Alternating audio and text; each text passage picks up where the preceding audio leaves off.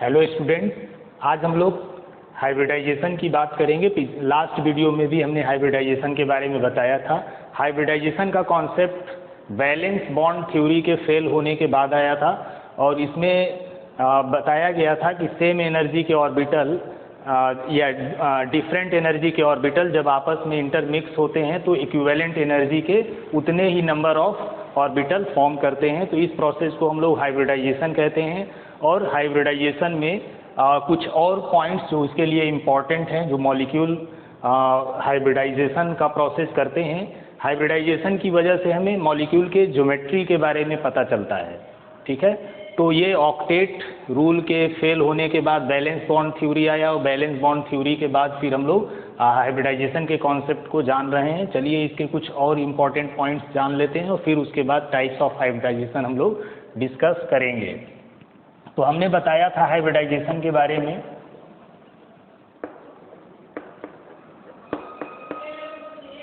इसमें ये बताया था हमने कि हाफ फील्ड, फुल फील्ड या एम्प्टी, ये सभी ऑर्बिटल जो है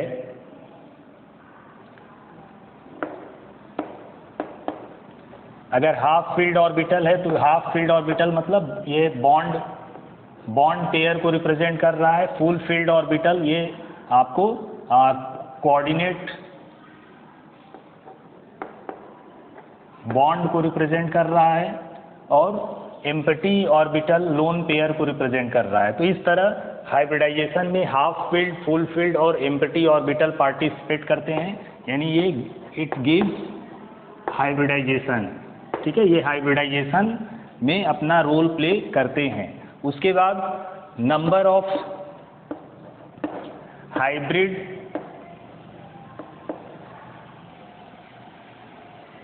या number of hybrid orbital equal to number of intermixing orbital. ठीक है, जितने नंबर ऑफ हाइब्रिड ऑर्बिटल जितने होंगे वो कितने ऑर्बिटल आपस में इंटरमिक्स कर रहे हैं उसी के इक्वल में हाइब्रिड ऑर्बिटल होंगे।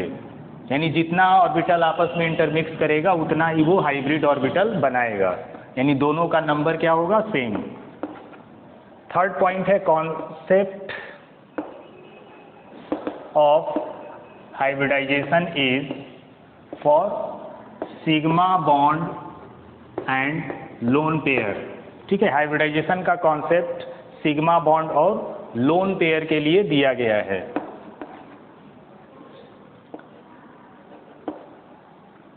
Hybrid orbital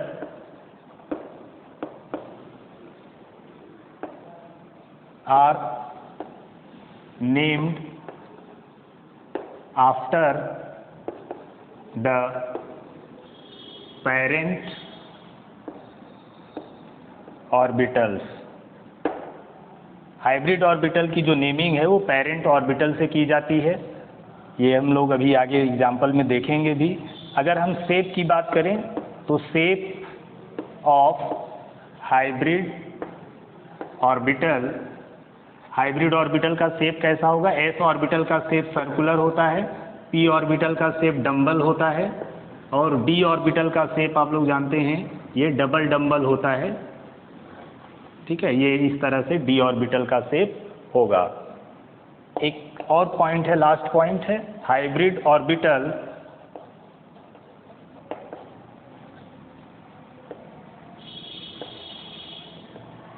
such hybrid orbital Orient such that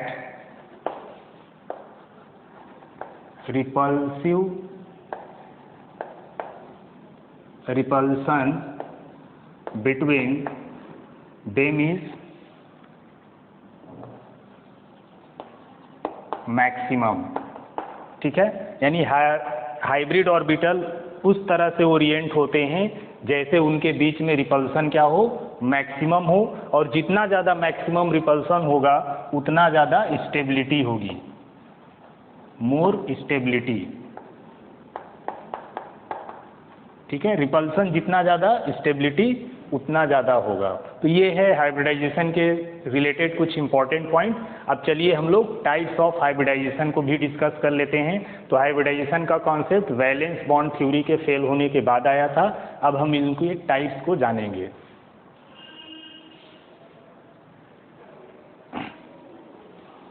तो अगर हम लोग टाइप्स ऑफ हाइब्रिडाइजेशन की बात करें तो कल हमने टाइप्स बताया भी था आपको।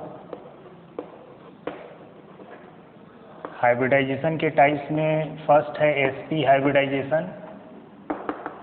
अब sp हाइब्रिडाइजेशन में क्या होगा, तो इसमें 1s ऑर्बिटल और 1p ऑर्बिटल आपस में इंटरमिक्स होंगे और एक न्यू टाइप ऑफ ऑर्बिटल बनाएंगे और वो ऑर्बिटल हाइब्रिड ऑर्बिटल के नाम से जाना जाएगा। तो चलिए देखते हैं कि इसका डायग्राम कैसे बनेगा। तो ये s ऑर्बिटल है, इसका शेप स्फेरिकल होता है।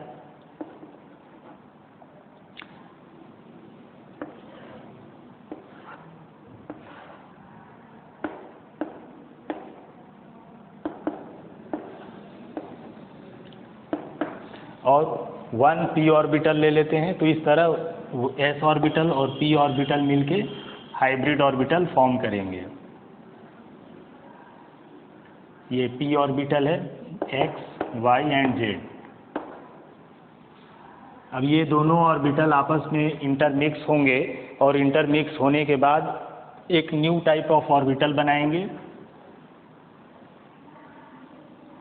ये इस ऑर्बिटल का एक्चुअली में ये ऑर्बिटल इस तरह से होता है, ये छोटा सा, ये लार्जर लोब कहलाता है और ये स्मॉलर लोब कहलाता है। ठीक, तो इस तरह से ये बनता है, ऑर्बिटल जुड़ते हैं आपस में, ये दोनों इंटरमिक्स होते हैं और यहाँ पे बॉन्ड एंगल 180 डिग्री का बॉन्ड एंगल होता है। तो इस तरह ये ऑर्बिटल के मिक्स होने से इस तरह बनता है। अभी एक जैसे अगर हम कार्बन की बात करें तो कार्बन का एटॉमिक नंबर 6 है, इसका 1s2 2s2 2p2 ये इसका कन्फिग्रेशन होगा। अब आप देख रहे हैं कि ये वैलेंस सेल में ये हैं, ये 2 सेल के इलेक्ट्रॉन वैलेंस सेल इलेक्ट्रॉन कहलाएंगे।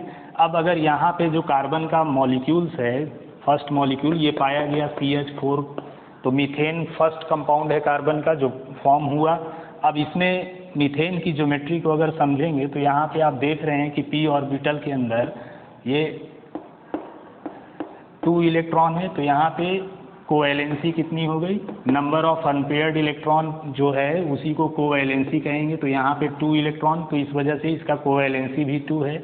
अब इसके साथ 4 हाइड्रोजन को आके रहना है, तो यहाँ पे कोवैलेंसी कितनी होनी चाहिए, 4 होती, तब वहाँ पे हाइड्रोजन एटम 4 रह पाएगा और तब जाके वो मॉलिक्यूल बना पाएगा, उसकी ज्योमेट्री पता हो पाएगी। तो यहाँ से फिर अब कार्बन को क्या करना पड़ेगा, एक्साइटेड स्टेट में जाना पड़ेगा और एक्साइटेड स्टेट में जब कार्बन जाएगा तो 1s2 2s2 2p2।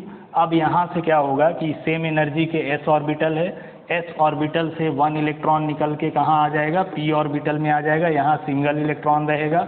अब ये p ऑर्बिटल में 1 इलेक्ट्रॉन आ गए। अब आप देख रहे हैं कि यहाँ कोवैलेंसी कितनी हो गई, 4 कोवैलेंसी हो गई। तो अब यहाँ पे हाइड्रोजन एटम इस तरह सिग्मा बॉन्ड बना के आ जाएगा और इस तरह यहाँ पे 4 न्यू हाइब्रिड ऑर्बिटल हो जाएंगे।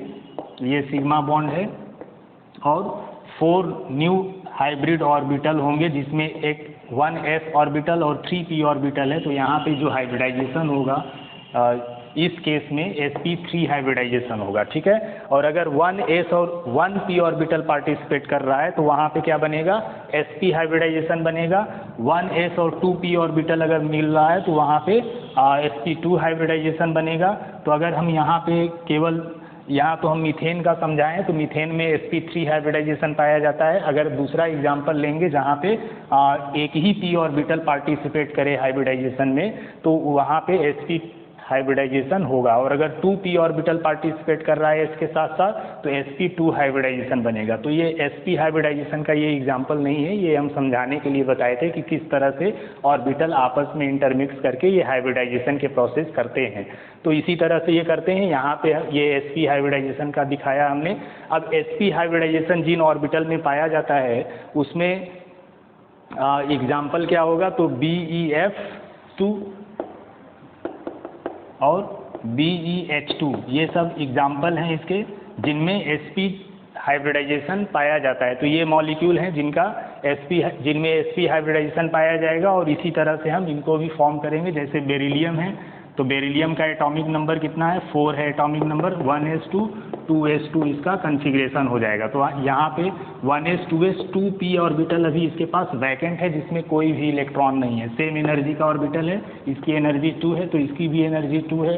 तो सेम एनर्जी के 2 ऑर्बिटल आपस में इंटरमिक्स करते हैं और एक न्यू टाइप ऑफ ऑर्बिटल बनाते हैं। उस प्रोसेस को हम लोग हाइब्रिडाइजेशन कहते हैं। तो इसमें अगर हम इलेक्ट्रॉन की फिलिंग करें, s ऑर्बिटल एक ही ऑर्बिटल है और यहाँ पे 2 इलेक्ट्रॉन है, तो दोनों इलेक्ट्रॉन क्लॉकवाइज और एंटी क्लॉकवाइज डायरेक्शन में रहेंगे। उसी तरह इसमें भी क्लॉकवाइज और एंटी क्लॉकवाइज डायरेक्शन में ये दोनों इलेक्ट्रॉन रहेंगे। p ऑर्बिटल में एक भी इलेक्ट्रॉन नहीं है। तो अब क्या होगा, यहाँ पे फ्लोरीन के 2 एटम बेरिलियम के साथ जुड़ना है, तो यहाँ पे इस ऑर्बिटल से एक इलेक्ट्रॉन निकलेगा। और ऐसा कब होगा, जब ये एक्साइटेड स्टेट में जाएगा। ठीक है, अभी ये ग्राउंड स्टेट में है, तो ग्राउंड स्टेट में BeF2 का फॉर्मेशन पॉसिबल नहीं है हाइब्रिडाइजेशन प्रोसेस से। तो उसको कहाँ जाना पड़ेगा, एक्साइटेड स्टेट में जाना पड़ेगा। और जब एक्साइटेड स्टेट में जाएगा तो 1s2 इसमें 2s2 में अब यहाँ 1 इलेक्ट्रॉन रहेगा, बाकी 1 इलेक्ट्रॉन निकल के p में चला जाएगा। और अब यहाँ पे 2 कोवैलेंसी यहाँ पे कितनी हो गई, 2 कोवैलेंसी हो गई। यहाँ कोवैलेंसी 0 थी, यहाँ पे कोवैलेंसी 2 है। अब इसमें फ्लोरीन एटम यहाँ पे सिंगल सिग्मा बॉन्ड बना के यहाँ पे आ जाएगा। अब आप देख रहे हैं कि इसमें 2 ऑर्बिटल आपस में इंटरमिक्स किए जिसमें 1s ऑर्बिटल और 1p ऑर्बिटल है। तो यहाँ पे जो हाइब्रिडाइजेशन देखने को मिलेगा वो sp हाइब्रिडाइजेशन देखने को मिलेगा। ठीक है, तो इसी तरह 2 ऑर्बिटल आपस में इंटरमिक्स करके से इक्विवेलेंट एनर्जी के उतने ही नए ऑर्बिटल फॉर्म करते हैं और इस प्रोसेस को हम लोग हाइब्रिडाइजेशन कहते हैं। और जब 1s और 1p ऑर्बिटल मिलेंगे तो वो sp हाइब्रिडाइजेशन कहलाएगा।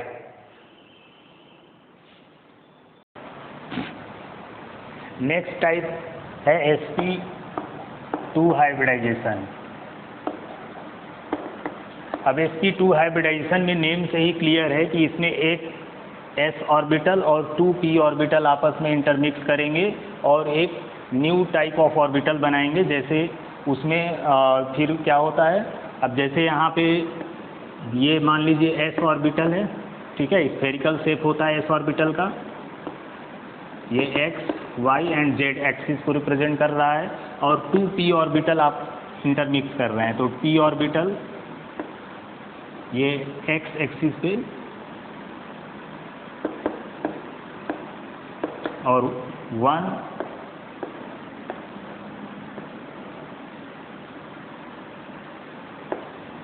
x, y and z। अब ये 3 ऑर्बिटल आपस में इंटरमिक्स करेंगे और इंटरमिक्स करने के बाद एक न्यू टाइप ऑफ ऑर्बिटल बनाएंगे और उस ऑर्बिटल को हम लोग हाइब्रिड ऑर्बिटल कहेंगे।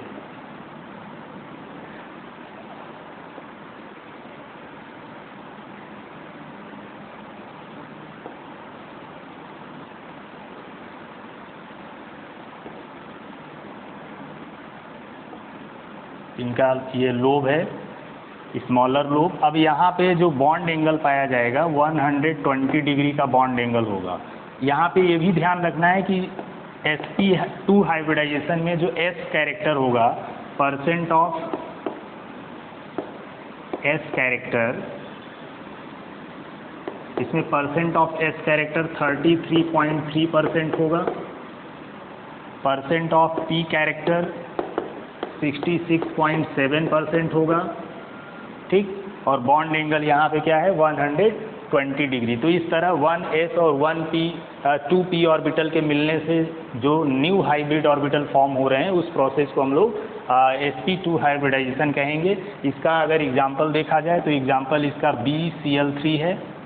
अब BCl3 में आप देख रहे हैं ये बोरॉन के पास 5 इलेक्ट्रॉन है, 1s2 2s2 2p1, ठीक, ये इसका इलेक्ट्रॉनिक कन्फिग्रेशन होगा।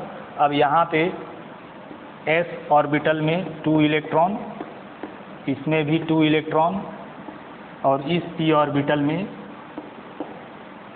1 इलेक्ट्रॉन है। तो यहाँ पे कोवैलेंसी कितनी है? 1 है। Number of unpaired electron covalency कहलाता है। तो 1 है कोवैलेंसी, लेकिन यहाँ पे क्लोरीन के 3 एटम इसके साथ रहना चाह रहे हैं। तो अब इसको क्या करना पड़ेगा? एक्साइटेड स्टेट में बोरॉन को जाना पड़ेगा और एक्साइटेड स्टेट में ये इसका ऑर्बिटल फिलिंग हो जाएगा। यहाँ तो उतना ही इलेक्ट्रॉन फिल रहेंगे। इस वाले में देख रहे हैं दोनों की एनर्जी लगभग सेम है। ये 2 और 2 बहुत कम डिफरेंस है इनकी एनर्जी में। p और s थोड़ा डिफरेंस है, लेकिन number of principal quantum number same है। इस वजह से एनर्जी लेवल में बहुत कम डिफरेंस है। तो इस वजह से यहाँ से 1 इलेक्ट्रॉन निकल के आगे जा सकता है। तो यहाँ पे अब क्या बचेगा? 1 इलेक्ट्रॉन बचेगा और p में 2 इलेक्ट्रॉन हो गए। तो अब कोवैलेंसी कितना हो गया? 3 कोवैलेंसी हो गया और 3 क्लोरीन एटम को यहाँ आके एडजस्ट होना था। तो इस तरह क्लोरीन एटम यहाँ पे आ जाएंगे और आप देख रहे हैं यहाँ पे कि ये 1s और 2p ऑर्बिटल आपस में इंटरमिक्स किए और इंटरमिक्स करने के बाद जो हाइब्रिडाइजेशन बनाए उसको हम लोग sp2 हाइब्रिडाइजेशन कह रहे हैं। तो ये प्रोसेस इस तरह से sp2 हाइब्रिडाइजेशन देखने को मिलता है।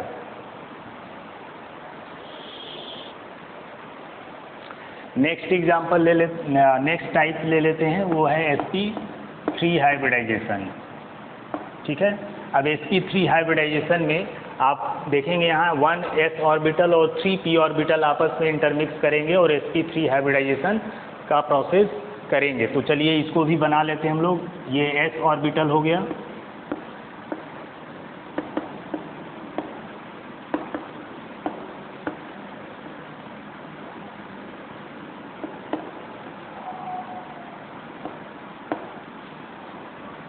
px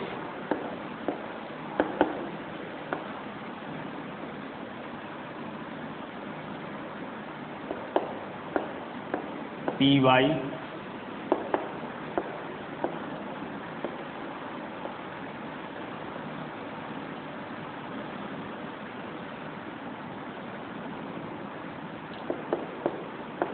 pz। ठीक है। अब ये सभी ऑर्बिटल आपस में इंटरमिक्स करेंगे और इंटरमिक्स करने के बाद एक new type of orbital form करेंगे और वो कुछ इस तरह का होगा।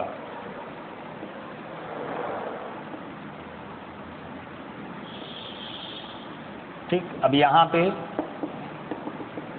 अब ये टेट्राहेड्रल ज्योमेट्री इसका होगा और ये इसके बीच का जो बॉन्ड एंगल होगा 109 डिग्री 28 मिनट का बॉन्ड एंगल होगा।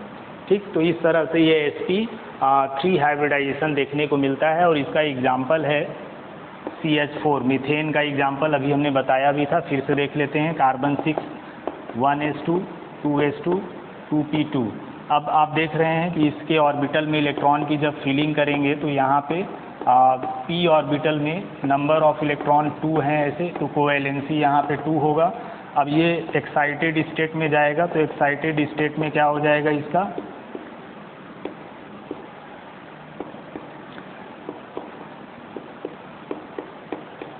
अब यहाँ पे कोवैलेंसी हो गया यहाँ 4, तो ये 4 हाइड्रोजन एटम इस तरह सिग्मा बॉन्ड से अटैच हो जाएंगे इसके साथ।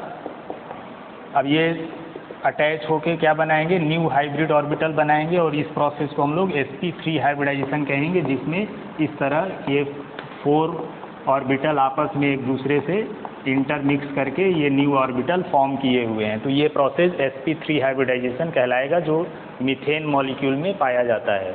तो इस तरह से ये हाइब्रिडाइजेशन का कॉन्सेप्ट था। अब हाइब्रिडाइजेशन कैसे हम लोग मॉलिक्यूल में देख के बता पाएंगे कि किस टाइप का हाइब्रिडाइजेशन होता है, उसको और क्लियर हम लोग समझ पाएंगे जब हम लोग आगे एक और न्यू थ्योरी पढ़ेंगे जिसको हम लोग वेस्पर थ्योरी के नाम से जानते हैं। तो हाइब्रिडाइजेशन का जो कॉन्सेप्ट था वो बहुत सक्सेसफुल नहीं हो पाया, ये जाके आगे फेल होने लगा। और ये भी ड्रॉबैक थे कि ये केवल मॉलिक्यूल की ज्योमेट्री के ही बात कर पाता है। तो इसके बाद एक और एडवांस थ्योरी आगे आया जिसको हम लोग वेस्पर थ्योरी कहते हैं, और वेस्पर थ्योरी से मॉलिक्यूल की ज्योमेट्री के साथ साथ शेप भी हम बता सकते हैं। तो इस तरह वो थ्योरी ज़्यादा अच्छा माना गया, मॉडर्न थ्योरी है। और चलिए अब हम लोग उसी थ्योरी के बारे में आगे डिस्कशन करेंगे।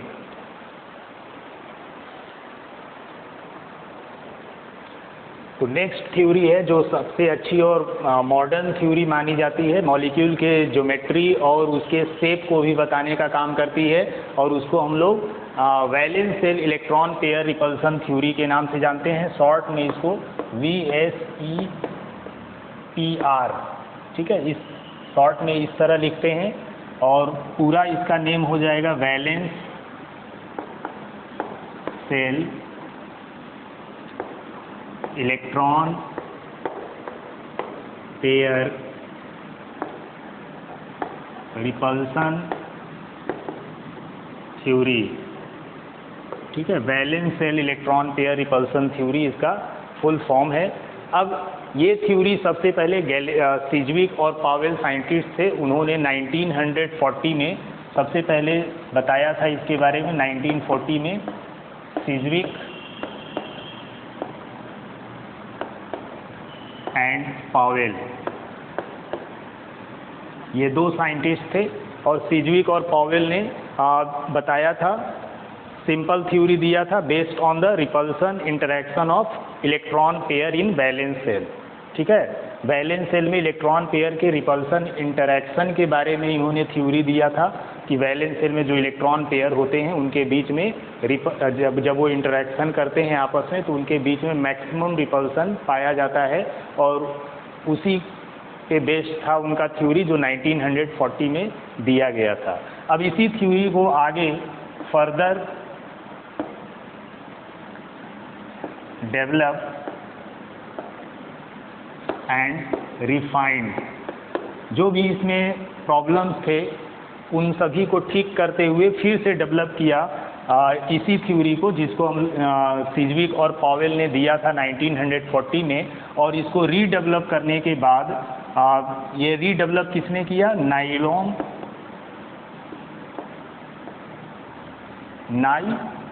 नाइलॉम पढ़ते हैं इसको, तो नाइहोम एंड गिलेस्पी, नाइलॉम और गिलेस्पी साइंटिस्ट थे। इन्होंने 1957 में फिर से इसको रिफाइंड करके इसको रीडेवलप करके इस थ्योरी को दिया, जिसको हम आज valence shell electron pair repulsion theory के नाम से जानते हैं। और ये 1957 में हमारे सामने रीडेवलप होने के बाद आया। तो इस तरह अब इस थ्योरी में हमें ये पता होता है इस थ्योरी से कि मॉलिक्यूल की ज्योमेट्री के साथ साथ शेप भी हम बता सकते हैं इस थ्योरी के हेल्प से। तो चलिए अब देखते हैं कि इस थ्योरी के कौन कौन से पोस्टुलेट्स हैं, क्या पॉइंट्स इसमें कहे गए हैं साइंटिस्ट के द्वारा, और फिर उसके बाद हम इसके ज्योमेट्री और मॉलिक्यूल देखेंगे कि किस तरह से हम फॉर्म करते हैं। तो अब हम लोग देख लेते हैं कि valence shell electron pair repulsion theory में क्या पोस्टुलेट्स से क्या बातें उसमें बताई गई थी साइंटिस्ट के through.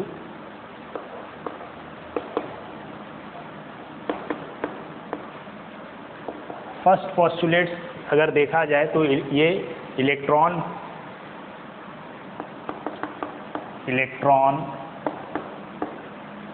Pair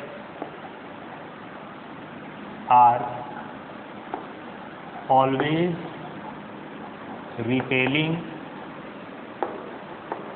each other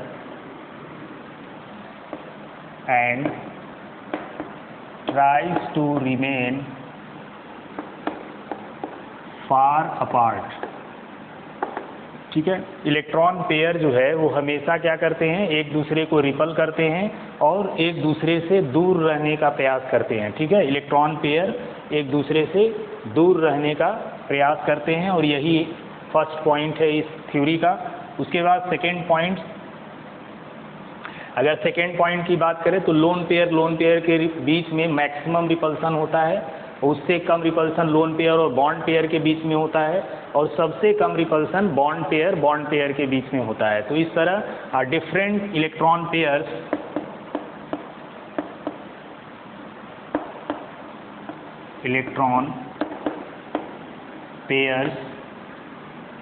have different order of repulsion.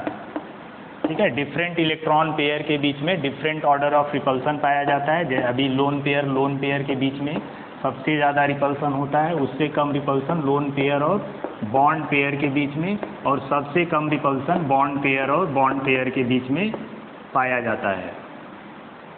तो ये पॉइंट इंपॉर्टेंट है, इसको भी आप ध्यान में रखेंगे ज़्यादा। उसके बाद थर्ड पॉइंट अगर देखा जाए valence shell electron pair repulsion theory का, तो ये अगर मान लीजिए लोन पेयर 0 है, तो लोन पेयर 0 होने पे क्या होता है, ज्योमेट्री और शेप सेम हो जाते हैं। ठीक है, जो ज्योमेट्री होगा वही उसका शेप कहलाएगा। If lone pair is 0 then geometry is same. ठीक है, ज्योमेट्री क्या हो जाएगा, ज्योमेट्री और शेप दोनों सेम होंगे। ऐसा कब होगा, जब लोन पेयर क्या हो, इफ लोन पेयर इज 0। अगर लोन पेयर 0 ना हो, if lone pair is not 0, यानी लोन पेयर एक भी लोन पेयर अगर प्रेजेंट है तो कभी भी ज्योमेट्री शेप के इक्वल नहीं होता है। ठीक, ज्योमेट्री शेप तभी कहलाएगा जब लोन पेयर एक ही ना हो, 0 लोन पेयर हो। उसके बाद फोर्थ पॉइंट डिस्कस कर लेते हैं। फोर्थ पॉइंट में ये बताया गया कि जो शेप है वो shape depends upon surrounding atom. जो शेप है मॉलिक्यूल की वो किस पे डिपेंड करता है, सराउंडिंग एटम पे डिपेंड करता है। Shape depends upon surrounding atoms.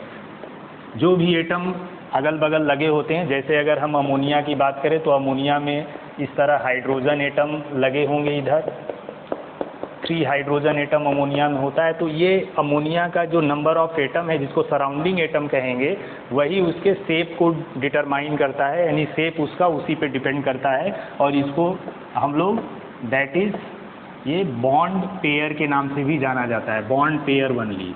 यानी शेप केवल बॉन्ड पेयर पे डिपेंड करता है, लोन पेयर पे नहीं करता। ज्योमेट्री लोन पेयर पे डिपेंड करती है। ठीक है, तो ध्यान रखेंगे, लोन पेयर पे ज्योमेट्री डिपेंड करती है। अगर शेप के बारे में बताना होगा तो शेप में लोन पेयर को छोड़ देते हैं, और जितने सराउंडिंग एटम आपको दिख रहे होंगे वही उसके शेप को डिटरमाइन करेंगे। तो शेप इक्वल टू ज्योमेट्री ऐसा तब होगा जब लोन पेयर क्या हो जाए, 0, एक भी लोन पेयर न रहे।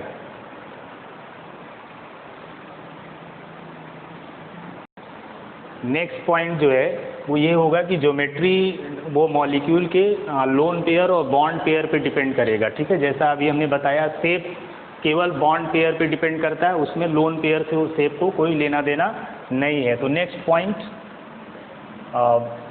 फिफ्थ पॉइंट है, geometry depends upon bond pair plus lone pair. ठीक है, अब इस बॉन्ड पेयर और लोन पेयर को हम लोग यहाँ पे Z से रिप्रेजेंट करेंगे। ठीक है, अब Z की वैल्यू के बेसिस पे हम बता पाएंगे कि मॉलिक्यूल की ज्योमेट्री क्या होगी। तो चलिए देख लेते हैं, अगर Z की वैल्यू 2 होगी तो मॉलिक्यूल की ज्योमेट्री क्या होगी, लीनियर ज्योमेट्री। ठीक, अब ये लीनियर ज्योमेट्री कैसे बनेगा, तो लीनियर ज्योमेट्री में इस तरह यहाँ सेंट्रल एटम होगा और 2 मॉलिक्यूल इधर अगल बगल इसके लगे होंगे, इसके बीच का बॉन्ड एंगल 120 डिग्री होगा लीनियर ज्योमेट्री में। उसके बाद Z इक्वल टू अगर 3 आ रहा है तो Z equal to 3 trigonal planar geometry को बताता है। अब ट्राइगोनल प्लेनर ज्योमेट्री में ट्रायंगुलर शेप होगा, तो इस तरह z की वैल्यू अगर 3 आता है तो ज्योमेट्री ट्राइगोनल प्लेनर ज्योमेट्री होगा, और ट्राइगोनल प्लेनर ज्योमेट्री में इस तरह से मॉलिक्यूल अरेंज होंगे, बीच में सेंट्रल एटम होगा और ये 3 एटम इस तरह से यहाँ पे अरेंज दिखेंगे और वो उसकी ज्योमेट्री होगी। अगर z की वैल्यू 4 आता है तो z की वैल्यू 4 होने पर टेट्राहेड्रल ज्योमेट्री होगा, और टेट्राहेड्रल ज्योमेट्री में मॉलिक्यूल, ठीक है, इस तरह सेंट्रल एटम से अरेंज होंगे। उसके बाद अगर z की वैल्यू 5 आता है तो z की वैल्यू 5 आने पर ज्योमेट्री ट्राइगोनल बाई पिरामिडल,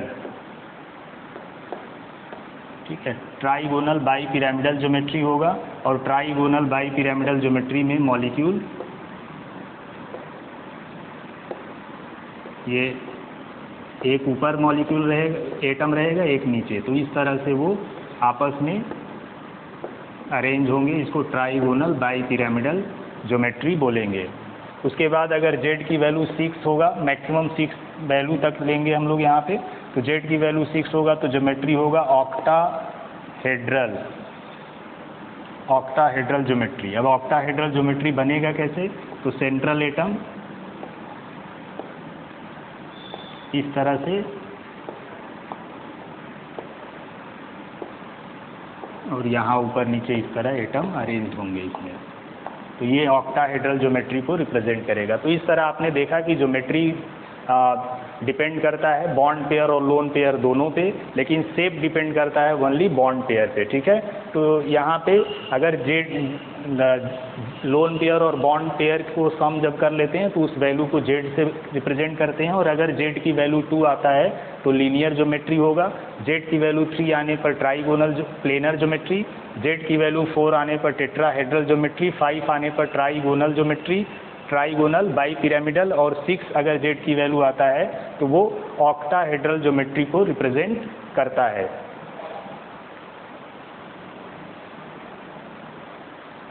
तो इस तरह से मॉलिक्यूल की ज्योमेट्री जो है वो z की वैल्यू पे डिपेंड करती है, और z क्या होता है, लोन पेयर और बॉन्ड पेयर को रिप्रेजेंट करता है। तो चलिए देख लेते हैं कि z को कैसे हम फाइंड आउट करेंगे। ये z लोन पेयर और बॉन्ड पेयर को रिप्रेजेंट करता है, यानी दोनों के सम को z से रिप्रेजेंट करते हैं हम लोग। अब z फाइंड आउट करेंगे कैसे, तो इसका फार्मूला है half number of valence electron on central atom, number of valence electron on central atom plus negative charge. अगर निगेटिव चार्ज है मॉलिक्यूल के ऊपर तो उसको हम प्लस कर देंगे z की वैल्यू निकालने के लिए। कि अगर मान लीजिए उस पर पॉजिटिव चार्ज है तो पॉजिटिव चार्ज की वैल्यू को माइनस कर देंगे, माइनस निगेटिव चार्ज, ठीक। तो सबसे पहले क्या करना है, half number of valence electron on central atom, central atom में वैलेंस इलेक्ट्रॉन जितने भी होंगे वो, प्लस अगर उसके ऊपर निगेटिव चार्ज है तो उसको प्लस कर देंगे, और अगर पॉजिटिव चार्ज है तो उसको माइनस कर देंगे। अगर कोई चार्ज नहीं है तो इन दोनों को फार्मूला से हटा देंगे, उनकी कोई ज़रूरत नहीं है फार्मूला में। प्लस नंबर ऑफ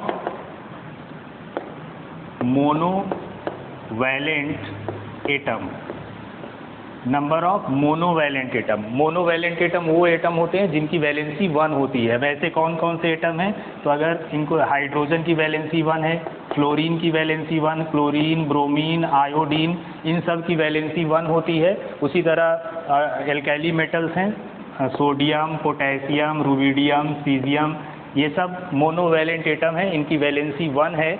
तो इस तरह के एटम अगर हैं मॉलिक्यूल में के साथ तो उसको उसकी नंबर को हम प्लस कर देंगे। अगर डाईवैलेंट है तो उससे कोई मतलब नहीं है, केवल मोनोवैलेंट की हम बात कर रहे हैं। तो इस तरह Z का फार्मूला क्या हो गया, हाफ, और सेंट्रल एटम के वैलेंस सेल में जो इलेक्ट्रॉन है उसमें अगर उसमें माइनस चार्ज है तो उसको प्लस कर देंगे, number of minus charge, number of plus charge minus कर देंगे, और मोनोवैलेंट एटम जितने भी रहेंगे उनको ऐड कर देंगे। तो इस तरह से जो वैल्यू मिलेगा वो हमारा Z की वैल्यू के वो रिप्रेजेंट करेगा। जैसे अगर हम मीथेन का मान लीजिए Z निकालना चाहेंगे तो मीथेन के Z निकालने में क्या होगा, हाफ।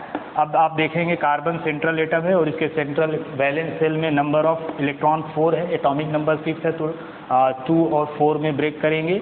प्लस अब इस पर कोई प्लस माइनस चार्ज नहीं है तो उससे कोई मतलब नहीं। अब मोनोवैलेंट एटम चेक कर लेंगे तो मोनोवैलेंट एटम हाइड्रोजन है और इसकी संख्या कितनी है, 4। अब इसी को सॉल्व कर लेंगे, हाफ इंटू 8 कैंसिल करेंगे, 4 आएगा। तो यहाँ पे क्या मिल गया, इसका Z की वैल्यू 4 मिल गया। तो जब Z की वैल्यू 4 होगा तो मॉलिक्यूल की ज्योमेट्री क्या होगा, टेट्राहेड्रल।